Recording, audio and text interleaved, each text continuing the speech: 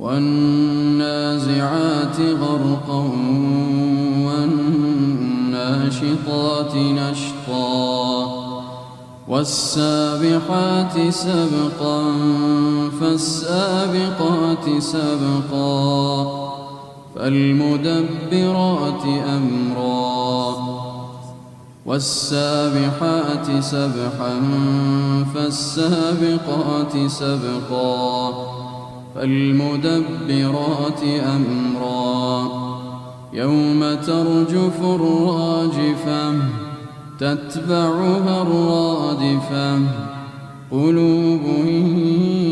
يومئذ واجفة أبصارها خاشعة يقولون أئنا لمردودون في الحافرة أئذا كنا عظاما نخرة قالوا تلك إذا كرة خاسرة فإنما هي زجرة واحدة فإذا هم بالساهرة هل أتاك حديث موسى إذ ناداه ربه بالواد المقدس طوى اذهب إلى فرعون إنه طغى فقل هل لك إلى أن تزكى وأهديك إلى ربك فتخشى فأراه الآية الكبرى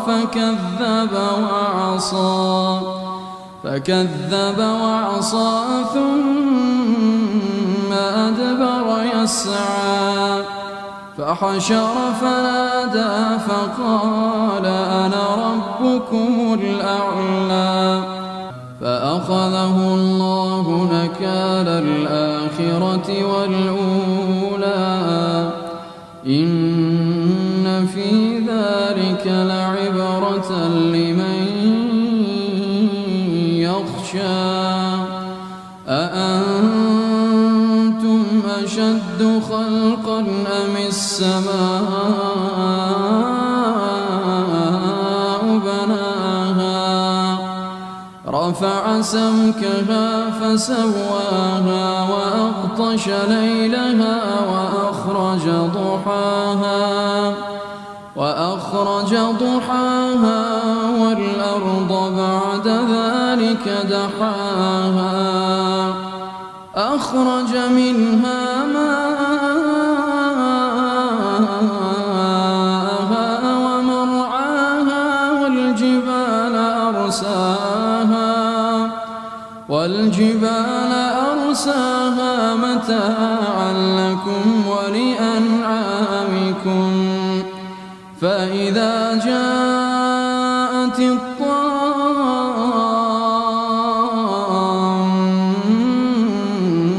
الكبرى يوم يتذكر الإنسان ما سعى وبرزت الجحيم لمن يرى فأما من طغى وآثر الحياة الدنيا فإن الجحيم هي المأوى وأما من خاف مقام ربه ونهى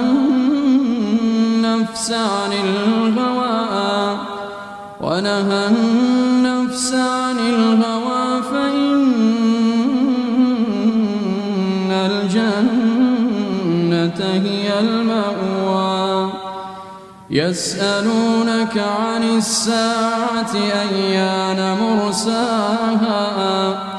فيما أنت من ذكراها إلى ربك يصلاها إنما أنت منذر إنما أنت منذر من يخشاها كأنهم يوم يرونها لم يلبثوا إلا عشية كأنهم يوم يرونها لم يلبثوا إلا عشية أو ضحاها